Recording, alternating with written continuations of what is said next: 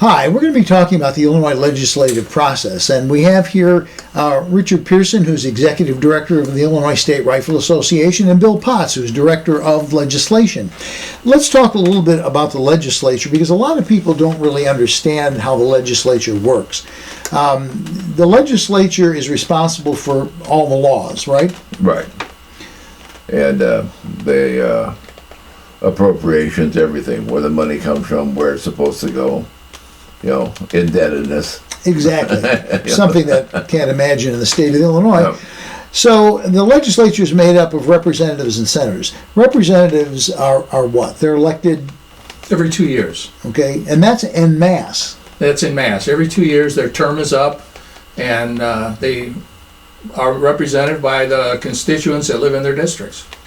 And then from the senator's standpoint, that's a little more complicated.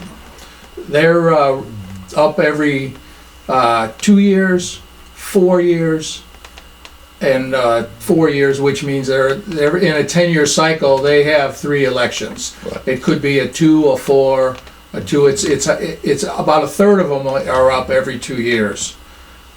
So, what all does the legislature do? It seems like they're always out of session. What they're getting paid? What are they doing? Well, they're back at their home offices representing their constituents. People are coming to see them about different things, and so they're manning their office in their district, so people can access them, and people need to realize that they're not really that far from their legislator, and if they want to go talk to that legislator, they can make an appointment and see them in their home district. They don't have to travel to Springfield. How accessible are they really? Is it easy to do that? Well, I think to their constituents, they're pretty accessible, and Yes. most of them have that attitude. They're willing to talk to you. They know they represent you, So they may not like what you have to say. You may not like what they have to say, but they'll listen. So we have the representatives and we have the senators. Is the legislature responsible for anything else? What all do they actually do? Well, the legislature also has a part of it that deals with rules. It's called the Joint Commission on Administrative Rules, and there are 5 Republican representatives, 5 Democrat representatives, 5 Republican senators, and 5 Republican Democrats on that. And so once a bill is passed, rulemaking authority may go to somebody like the state police, the IDNR, mental health, whoever it is, and so those rules have to be watched and reviewed. And we also are administrative lobbyists, so we watch those rules, because rules can really change the meaning of legislation, so you have to watch it all the time. So when you have a piece of legislation that's been approved, it's been voted, and it's in effect, then there's actually another step, and that's developing how it's going to be implemented. Right, how it's going to be implemented and what the rules are going to be for the implementation. So we're going through that right now with several bills, and that comes up all the time. It's one thing that we have to constantly watch and be aware of. So it's not just dealing with reps and senators and bills, it also deals with rules. And then I guess you could say sitting on top of it is the governor, because the governor has a voice in what does and doesn't happen to some degree. Right, he does. Although most governors find out that what they talked about on the campaign trail doesn't really happen when they get there. So the reps and senators have a lot to say about that. So how many congressional districts do we have? Congressional districts? 23. Oh, I'm sorry. I'm saying, my mistake. Yeah, legislative districts. We have 118 legislative districts in the state that are House districts. House districts. And 59 senatorial districts. So half the number of senatorial. Right. One senator represents 2 representative districts. Okay. The thing that you had mentioned to me probably a month or so ago that I found really interesting is there's 118 districts. If you take the FOID card holders, you're looking at an average of 19,000 FOID card holders per district. And that's a voting block that I don't think has ever been tapped. Well, there's some people trying to tap it, but the answer is it's the largest voting block in any district. Right. Yeah. And so if You know, if we get firearm owners together on the same page, as I often say, we can paint the Capitol pink with the yellow polka dots on it. Right, if you think about it too, is that you're talking about a House district, and a senator represents two, as far as population, twice that amount, so you have almost 38,000 FOID card holders per Senate district. Sure. It's doubled. So the players are the representatives, the senators, they have staff, they're obviously there, they have the governor. What does a lobbyist do? How does that work into all that? Well, we do a lot. For one thing, Bill is in charge of monitoring all the new bills that deal with gun issues. Right. As they come out during legislative session, it actually starts at the beginning of a General Assembly. Once they're sworn in, they basically get sworn in at noon, and by 12:01 we start getting new bills. One thing we try to tell our members that a bill only is alive for 2 years, and then it starts over. So we could end up in a 2-year cycle looking at 3, 4, 5,000 bills, and we have to read them all. And when you tell people that, and they look at you, it's like, that's a lot. Well, in the beginning, it's reasonably easy because their synopsis or the description of the bill as they come out, they're true. You can read them, and then if there's something there, if it's about a gun-related bill about Second Amendment. I mean, one of the things that is, we're strictly a Second Amendment group, and that's what we concentrate on. And then you can dive into the bill and see if we're going to watch the bill, if it's something that's just bizarre, and we know, say, if it's taxation, we don't want that. And so on our website, it's live time. Once I log it in, it gets put up there, and our members can look at that on our website. Whether it's we've got them broke down in 3 columns: oppose, support, and monitor. Most of those bills will originally go to a monitoring. We'll be watching them, because when a bill is introduced, a bill is an idea. An idea can come from anybody, whether it's the senator or the rep or a constituent. A lot of them are constituent bills, where some constituent has an idea and talks to their senator or rep, and it's a good idea, and they put it together and run the bill through what they call the Legislative Review Board and how it ties into current law, and then it gets introduced, and those bills get read into the floor, into their chamber, and then they go to either assignments or rules committee, which is a shelf. Basically, everyone has a shelf, and you put items on there, and those bills sit there until they get pulled off the shelf, a file comes off, and then they get put into assignments. So you could have thousands and thousands of bills on that shelf, because they're all not going to get put into a committee. And it happens both ways in the Senate and the House. So you could write a very pro-Second Amendment bill. Right. And it goes to, if it's in the House, it goes to the Rules Committee. Right. And the Rules Committee assigns it to the appropriate committee. Or doesn't assign it. And so that's the point. The point is, if a criticism is, and I hear this all the time, well, why don't you get rid of the FOID card? Well, we could write the ideal bill up, but it would never see the day of light. Right, that's true. And the light of day. There are several of those bills out there right now. But, but they have to be assigned to a committee, and many of the bills, I would say, there's lots of bills of all kinds that never make it out of rules. Because Rules Committee is essentially controlled by the dominant party. Yeah, exactly. It's a valve. Yeah, and if the dominant party is anti-gun, it doesn't matter what you write as a representative or senator, it's not getting out of the Rules Committee. Right. That's true. And you often have duplicate bills. But as Bill said in the beginning, it's pretty easy right now because the synopsis is pretty straightforward. As time goes on, those bills can change, and they can even do something called a shell bill, which we'll see plenty of those that make a technical change. And my favorite one is it deals with some part of the law, and it changes the word "the" to the word "the," and it gets passed through committee to second reading, and it's in the legislature, but it has nothing in it. And those are the ones that we really have to watch, because people can take that and amend everything but the title. The title stays the same, but the language completely changes the meaning of the bill, but the title stays the same. So last time we had a bill that started out dealing with bail bonds, had nothing to do with bail bonds. And so on Amendment 4 and 5, changed it to, I think it was an anti-gun bill, I don't remember anymore, but the point is, it still said bail bonds, and I got calls, and I'm sure Bill got calls. Why are you dealing with a bail bondsman's bill? Because it's no longer a bail bondsman bill.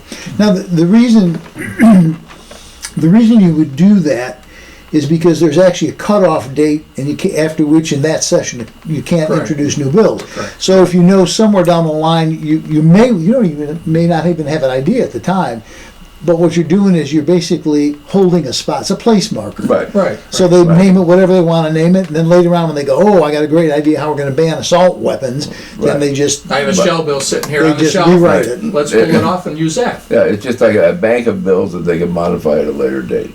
So when our members see something that's the National Tire Safety Bill, and we're poring over it, there's a reason behind that. That's right. Before we got out of session, there was a bill that dealt with putting only buying American flags for state facilities, no foreign-made flags. When they got done with that bill, that had nothing to do with it, but the bill still said that. And that's how it works. That's right. So, how can individuals, just individual voters, citizens, how can they impact this? One thing is they can call or meet with their representative or senator. That's one way they can do it. We also have, when a bill comes up, well, let me take a step back. So a bill is written, it goes to rules. If it comes out of rules and goes in, so it has to be read. What's this first reading? First reading, it gets read into the chamber, Right. and then it gets to an assignment or rules, sends it to their appropriate committee, and then there would be a committee hearing on it. It's the first step of the life of a bill. And when those bills get sent to a committee, that bill goes along with, could be hundreds of other bills. Right. Well, committee may have a whole bunch of bills sitting there, but generally in a committee meeting, they will, unless there's some sort of agreed to bill, only hear one or two bills a day. If some have gone as the same bill gets reheard, So, this is where witness slips come into play?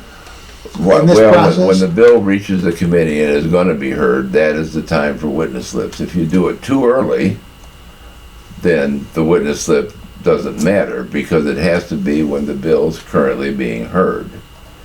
And you have a couple hours after that, Correct. actually. But, so we have people that want to see that a bill's gone to the Rules Committee. They want to immediately file a witness slip. There's no reason to, because the witness slip doesn't count then. So basically, we're going to tell our members, the ISRA members, when it's time to send in a witness slip. Correct. Right. Rather than have them try and figure out when the time is. Right. And we'll do a later program on witness slips. But Yeah. the point is, though, that it has to be timed right, because there are times when the committee gets postponed or reassigned, or something happens to the committee. All those witness slips fall away if that happens. Okay, so we want the bill to be heard in that committee that day, and that's when you need to do that. If you do it otherwise, it's just practice. I filled out witness slips, and my recollection is, I got the impression that I could have, instead of filling out a witness slip, I could drive down to Springfield and go to that committee.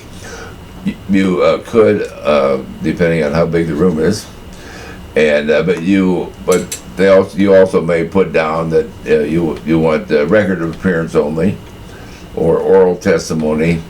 The fact is that they will only let one or two people on each side do oral testimony, and they will pick who they want. So you'd be driving down there probably for nothing. You would be. Do they actually look at the witness slips? The witness slips are kept on file.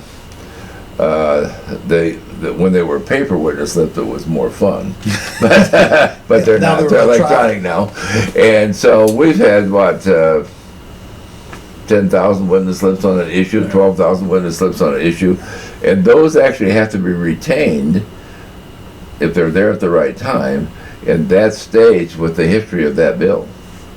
Right, what they'll do is waive the reading of the witness slips and just put them in the file. If there's 5 or 6 witness slips, they'll read who and what their opinion is on them, but when there's hundreds and thousands, they'll waive that reading and just put them in file and log them. Does somebody say, though, there's a general trend in the witness slips? I mean, do they have They'll any read the effect? numbers, they will They'll read the numbers, yeah. they'll read the numbers. Yeah, and so we've had like one of our bills we had I forgot what 10,000 for and 4 against, and the bill still passed. Well, and that was going to be the next question. The next question is, how much does a given legislator actually pay attention to? Do they care about phone calls? Do they care about? They do, but you'd have to call your legislator. Yeah. The reason we're lobbyists is we have the ability to talk to any legislator in the state. Okay? Mm-hmm. But if you live in Shorewood, Illinois, and you want to call a legislator in Southern Illinois, they'll be polite, but they won't care what you say. Because you don't vote for them. That's right. You don't vote for them. They are responsible to their constituents. So we got these people who want to say, I'll show them, I'll call every legislator there are. Well, there's one rep that will count and one senator that will count, which will be theirs, and all the rest of them is a waste of time. So what is the most effective way that an individual can interact and have some kind of an impact in any event on a given bill? Well, that's hard to say. I mean, there's always witness slip, but to call and politely tell their legislative assistant, who, by the way, is hired by the state, okay, they're just there to tabulate stuff, that, you know, I am for this bill or I'm against this bill, and that's all you need to say. You can talk for hours, but All that gets recorded is thumbs up, thumbs down. exactly, right. Let's talk just a little bit about redistricting. You know, you hear some horror stories about redistricting. What is that all about? Well, after the census, when they have a census and they get the numbers of residents, they'll break those down into districts and take an average. So all the districts are really about the same average. It's just density, say in the city of Chicago, is very tight because you have a lot of residents. They go up, they're in high rises, where in out the suburbs or central Illinois, southern Illinois, it's more spread out. You could have, say, a Senate district in central Illinois or southern Illinois is from tip to tip, could be 150 miles from one end to the other. And in those areas, those legislators will have 2 or 3 district offices just for constituent services. And that's the big thing that legislators do when they're not in Springfield, it's constituent services. And that's a good thing for us, because you would ask what's the best thing one of our members could do. The best thing one of our members can do is get to know their legislators. Constituent lobbyists are the most effective. Like Richard said, if I call a legislator in southern Illinois and I live in northern Illinois, their staff will politely take the information.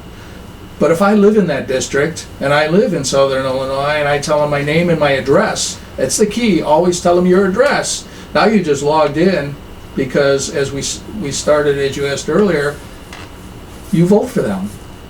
And so they'll listen to you. It's all about an idea about the voting population that's who lives in that district. So every 10 years, back to your question, is they'll redistrict these legislative districts and move them around by population. So you'll have 2 House districts and then double the size becomes the Senate district.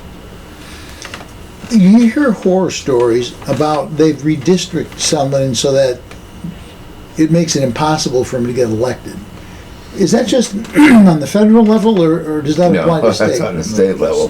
So they'll actually, I mean, there are districts that go around, literally go around. It's called the gerrymandering. Yeah, we had a district before 2010 that went down the east of the state, and if you looked at it, it looked like a big green bean. It was long and thin, wove around. So it was made to have one party controlled that, and the other parties, the other party controlled the other districts around it. So it was made so that it would be hard for one party to get elected. Is that done a lot? Yes.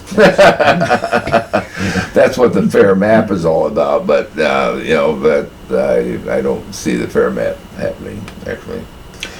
What else do we want to tell the viewers? Well, that the reason we lobbyists are down there, we have to deal with these people individually. We have to talk to them. We have to talk to our friends. We have to talk to our enemies. We have to talk to people on the fence. And so you have to do it right. Not only do we have to do it right, but our members have to do it right. You can't be disrespectful. We actually have a legislator last year that got it was a legislator was on the fence, pro-gun or anti-gun. An anti-gun person called up and read him up down the coals for not being anti-gun, and they were so mad they voted pro-gun thereafter. So it worked out. Yeah, it worked out, but it can also work out the other way. Yeah. Bill and I've had front row experiences for that one.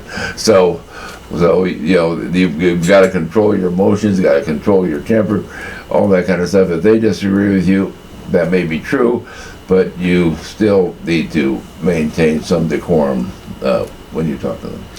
One of the things that I've always done, I'll speak to county boards about proposed, ordinances and things like that. I make it a point whenever I interact with elected officials, I wear a suit and tie. I mean, I've gone into meetings where constituents were there and they looked exactly the way the anti-gun people portrayed us to look. They go in the camel fatigues and it looks like they're about to take over. Yeah, well, but you got to look at some of the county boards I dealt with. The county board members also in camel fatigues. Well, that's true. That's a good point. But that's a friendly board, so. But that's right. But exactly. But you have to remember, even though it's just you, and you're going to talk to some legislator about our issue, in a way you're representing all gun owners. Sure. So you have to be ready. So this whole thing, in terms of legislation, is a pretty expensive proposition. It is terribly expensive to lobby. You're down there, and there's all kinds of things that people see. I mean, we're down there. We got the 3 other people down there. We have alerts to get out. Some by email, some by snail mail. We have events to put on. We have all kinds of things that we have to adapt to, and adapt to very quickly. And Springfield is like any other state capital. The prices go up within 20 miles, get higher toward the center, but you still have to be there, you still have to do that. And so, you got alerts and educational things that you have to do, publishing papers. Nobody thinks about the how much a piece of paper costs, but how about 100,000 pieces of paper? Sometimes it looks like that, see. So you have to do that. The lobbyists are always educating themselves, and they're also educating others. One of the things that I'm always telling members, and particularly non-members, it is an expensive proposition. And for the ISRA, legislation is just one part of what we do. We do litigation, we do education, we do a lot of things. Right. And yet, the number of FOID card holders versus the number of members that we have is very disproportionate. Well, it is. There are people who will say that, why should I join the Illinois State Rifle Association? You're going to do that anyway. And the answer is, sooner or later, we're going to run out of other people's money if we don't have a little bit. It costs you $30 a year. And I think when people go, well, why don't you do this? Why don't you do that? Well, we have a limited budget. Imagine if we had 15% of the FOID card holders, what the budget would be like. It would be astronomical. It would be. And we could do that. We could, suing people is a really nice way of making a point. But it's also very expensive way. It is very expensive. We get the bills every month, so we have to attend. We have litigation, you have filing fees, you have to pay attorneys. Everybody says, why don't you just get a pro bono attorney? Well, Yeah. there's a couple reasons. You get what you pay for. Yeah, you get what you pay for, exactly. So we're here to win, not lose. And we don't want to make a good showing, we're here to win. And so that's all that stuff is expensive, and I get to coordinate all that stuff, and it's fun. Bill, any last thoughts? No, just the lobbying is a 365-day adventure.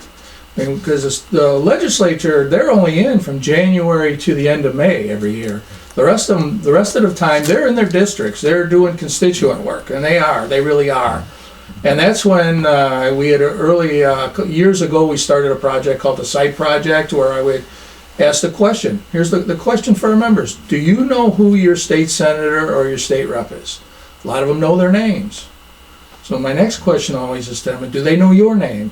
And if they don't, why don't we make that happen? And you can't do every district. And I try to explain that to people when I give the presentation on the Site Project.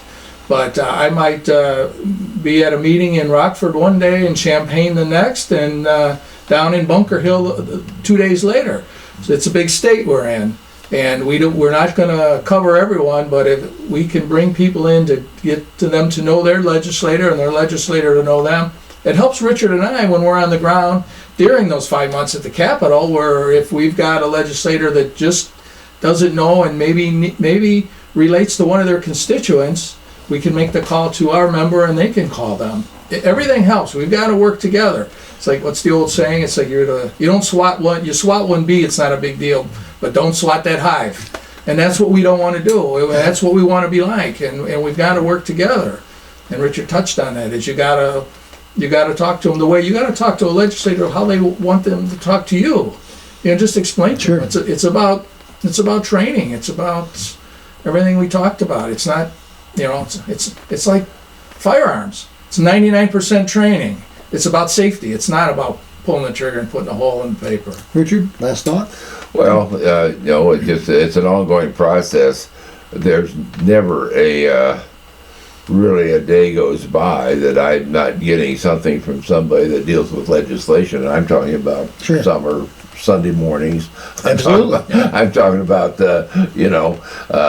one of the things that happens is that we're on duty 365, 24/7. I know you call me at all hours of the day and night. Well, so do you. But anyway, but so you're never off duty.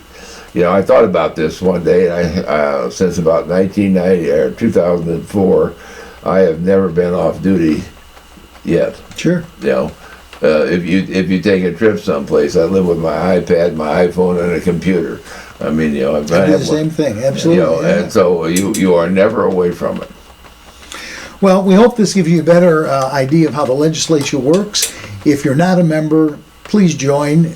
You can see that an awful lot of what we do is not really visible to the public. It happens in the background, but we have a total of 5 people who are actually dedicated towards doing legislative lobbying. If you are a member, go out and get another guy to join.